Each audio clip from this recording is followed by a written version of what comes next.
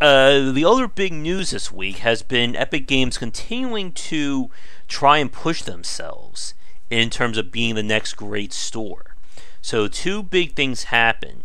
We mentioned earlier regarding the Unity. Unity was they changed their terms of service. I think they were removing like a major piece of software, and Epic jumped in to have to create a charity fund or a defense fund for developers wanting to switch to the Epic game or to the Epic engine, or I'm sorry, the Unreal Engine. That's better. And then, as another big piece of news, it announced that Ubisoft is going to be making The Division 2 and another unannounced game exclusive to the Epic Games Store. And these are some very big things going on. I'm trying to grab that piece about the funding. Here's they established a $25 million fund to assist developers who are left in limbo by the changes in the Unity engine and who want to switch over to Epic. See, that's an interesting gambit, if I can call it that, on Epic's part, because they do have this engine. And I would love to find out from a developer who uses Unreal, and I could probably ask Fred at work, because these guys know it. If there's like an option when you publish that just says, hey, you want to go on our games thing, maybe exclusively for a little bit or something, and like gives you a pitch before you actually finish publishing your game. I'm sure it does. Like, I can't imagine they wouldn't if they're doing this. So they probably get an awful lot of traffic directly from their excellent game making service that's highly lauded. So Steam does not have that, and they're not that kind to developers, not really. Because they're the only game in town, so to speak. So yeah, this offers an awful lot of interesting stuff. And Unity, when Epic first announced that Unreal would be free to use, given the licenses they have available, I think that to me was one of the first death blows to Unity. And I feel like this is another, and it seems like it's a potential, maybe not Steam killer, but certainly legitimate Steam competitor. And I think that's kind of the big point here about Ubisoft going with Epic. Because as we all know, as Draken said, Ubisoft has their own digital platform, Uplay. And for them to go on to Epic Games, I think this is just a smack from Ubisoft to Valve. And I don't think this is going to be the last we've seen of this. And I was saying about this past week that I want to get your thoughts on this too, Rob. It feels like a lot of people are smelling blood in the water for Valve right now with Steam. Same as probably what's going on with Unity. Yeah, and I think for the first time you have a competitor that's not exclusive, like isn't EA or Ubisoft with their own individual platforms. It is another competitor, or itch, or GOG, niche type platforms that sell mostly indie games or older games. It is itself an engine that produces amazingly high quality titles like AAA stuff, and that's me, Mojo. So they automatically have that pipeline that Valve doesn't have, and I would love to see the deal they made with Microsoft. If it's like hey, you come on, we'll host all your servers. We're just going to make it free for you to sell games here, just to get traffic for the other games that are being made. Yeah. That would be an amazing play, wouldn't it? Because I'm sure that it would attract a few different bigger name people. Yeah, and I would bet you any amount of money that Epic and EA are probably in talks right now, probably behind the scenes. I would assume so, but I imagine that is a difficult giant to take down. Certainly, Ubisoft, no small company themselves, but like I feel like EA is just one of those historically combative companies. Yeah. But I think it's going to be one of those cases where, the enemy of my enemy is my friend. And, it's one of those very interesting points. We see this in a lot of places where, whoever becomes the top dog or becomes the king, everybody wants to team up to take down that king. Hmm. Yeah, especially if they can get a great deal. You know, it's expensive to run your own client and servers and stuff like that. So if you can get someone else to do it for you and at a fraction of the cost, then that's not a bad deal to take. All it takes is for someone to look at the numbers and just find that bottom line figure and make that determination. Mm-hmm. But one thing that we see from a lot, like we're seeing some comments come up like on Gamasutra about this, that is making a really hard push for these kinds of changes. They're trying to get themselves out there.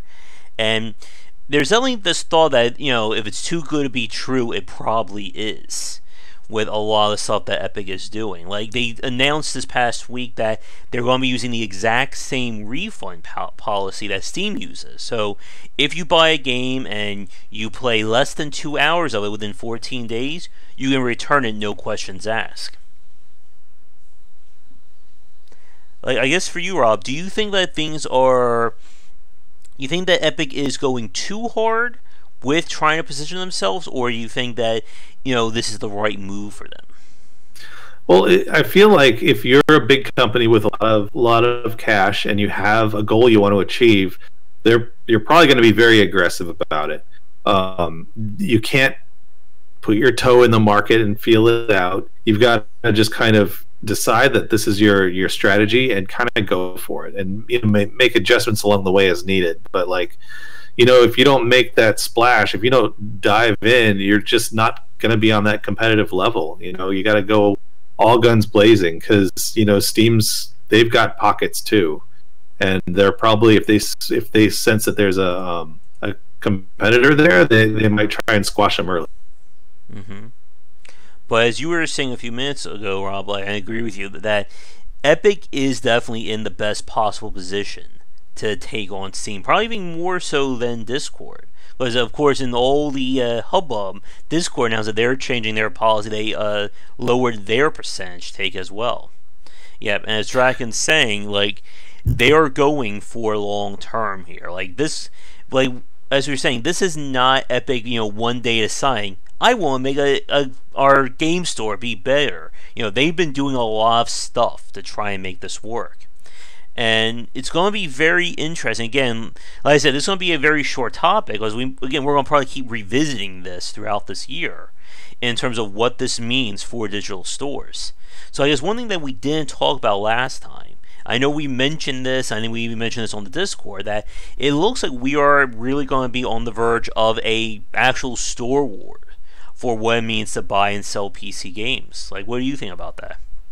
Oh, I think you're absolutely right. We've been waiting for this to happen, and I feel like this push is the thing we've been waiting for. And to kind of, I want to agree with Draken here. I feel like when I was saying that you can't dip your toe in the water, I feel like Discord is just dipping their toe in the water. I feel like Amazon was just dipping their toe in the water. Now, the difference between Amazon and everyone else is Amazon's got more money than pretty much all of them combined, probably. And dipping their toe in the water, if they see anything, then they'll go whole hog at some point. But like, yeah, Discord, I feel like they're just they're not sure what they want to do with it just yet. They're a communications application. Yeah. And that seems like a weirder marriage than a game engine going into a store. Yeah, and I think that's, again, like the big point here, and why Epic is no joke about this. Like, as we've said, they have one of the most powerful game engines on the market. They have a huge amount of clout, and more importantly, they have a huge amount of connections when it comes to game developers. Like, what we said earlier about, like, Supergiant Games with Hades. Like, Supergiant is not a small company anymore. They made some really great titles. And I think I guess here's my big thought for our video, or for this part. Like, what do you think, and I'm going to ask this to everybody who's watching this as well, what do you think is going to be like one of like the big signs that is going to push Epic, even above or equal to Steam? Like, what do you think is going to happen for that to come true? So what do you think about that, Rob? I think that AAA is the big get. I know indie games are a huge market, but you're going to get indie games because indie developers are always looking for outlets to sell their games. So they're going to find every single one. And they might like Epic more because it's a better chunk of money coming their way in terms of percentage. But they're going to try everything. The AAA titles are looking for sales and sales only. So they're going to make deals that make them more money. Yep. And they might see Epic and say, well, if they can get customers, if they can show that they can get big numbers of customers, and with Ubisoft there and potentially other big developers coming over, that's how you get the customers. You don't get them with indie games, you get them with AAA. And if they get another like big fish, then they're going to be scary. Yeah. Well, and I think I agree. That was my thoughts as well. Like, getting AAA is going to be huge for Epic. Like, obviously Ubisoft is a really strong step forward, but like if they can get like a Call of Duty, or hell, if they can somehow convince Blizzard or Blizzard to put one of their games on the Epic Games Store, that is going to be massive for them. Blizzard would be pretty big. Like if they did Blizzard, that would, like they got Fortnite. If they could get Blizzard titles, that'd be. I keep using these stupid puns. Game changer, as it were. Well, you're talking about all on like the various digital stores, Mojo. You can certainly push for them, but the stores still have to agree to have you on. If you're talking about all platforms, Wii U, PS4, etc., that takes a lot more time because each platform, the game has to be ported correctly to it. And go ahead. Sorry, I was just going to say, and for the Dragon's Point, yes, they're only doing Battle.net right now. Yeah, and that's the thing that would make it a big deal, is if they switched over. Then in terms of Mojo's, I meant switch there, Mike. Yeah. For Mojo, you can do it on and everything you want, but I feel like AAA developers, they are looking for those exclusive deals that get them that extra bit of money.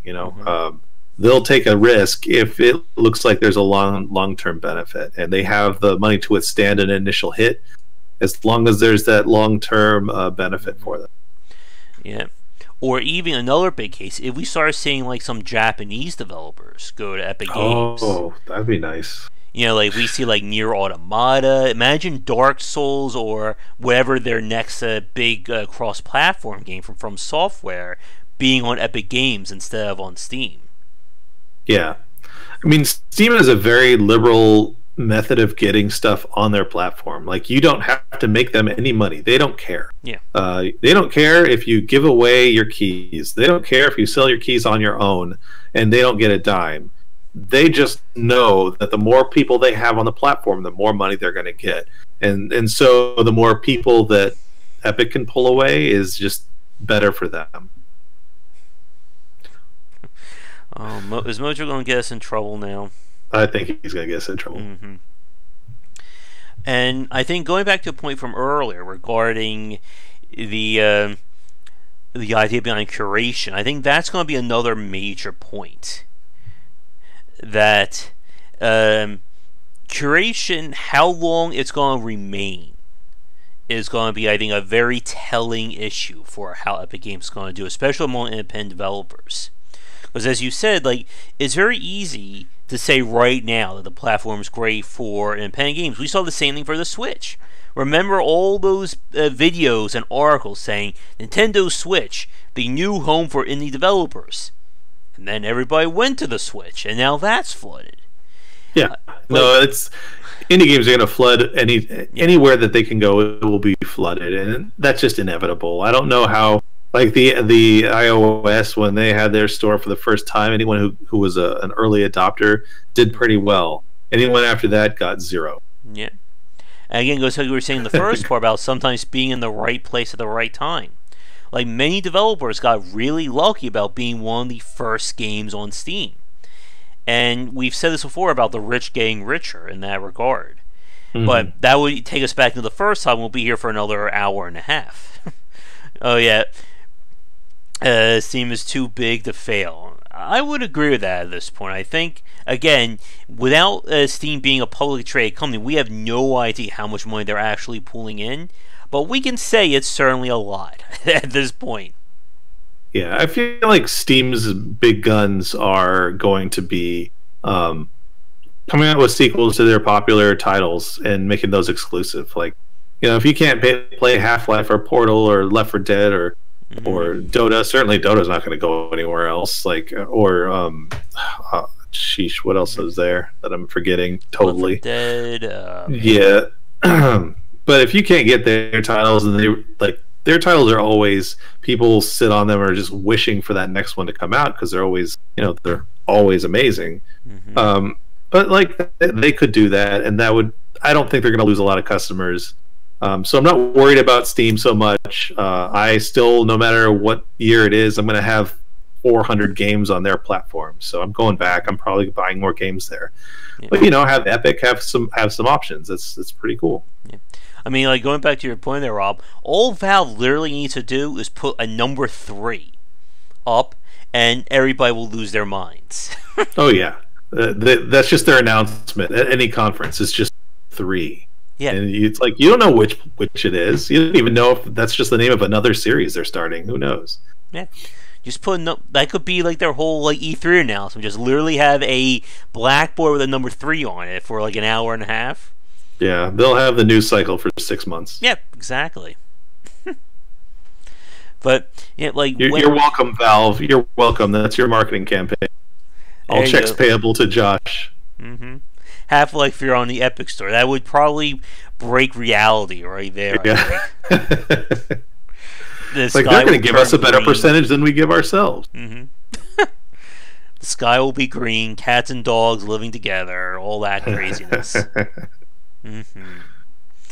But I think we'll begin to wrap things up here because we're about to hit an hour and a half. And we could certainly keep talking, but my voice is starting to go. It's finally dark outside here.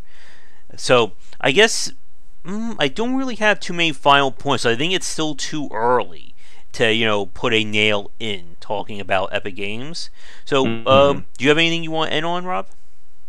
No, I mean, this is the same thing we've mentioned before. Waiting to see, getting the popcorn out. There's some exciting stuff going on. Who knows? Maybe by the end of 2019, we'll be at a Half-Life 3 announcement. Yeah, all right, Dragon. Well, you picked a good time too, since we're going to wrap things up. So, I think with that, we are going to say goodnight for this week. For everybody new. Watching, be sure to check out our Discord channel link down below. If you'd like to get mentioned in my upcoming second book, again, just donate $25 or more by the end of February, and I will put you in there. We'll be back later tonight for our classic game stream of something. I'm thinking about playing Blood, and something. Yeah, something like that. We'll figure things out. And Rob, again, thank you so much for coming on. And yeah, at some point we need to get together and play that Grim Dawn again. Yeah, we keep threatening. Keep threatening. But we'll be back next Sunday, probably around 3:30 or 4 o'clock Eastern Standard Time.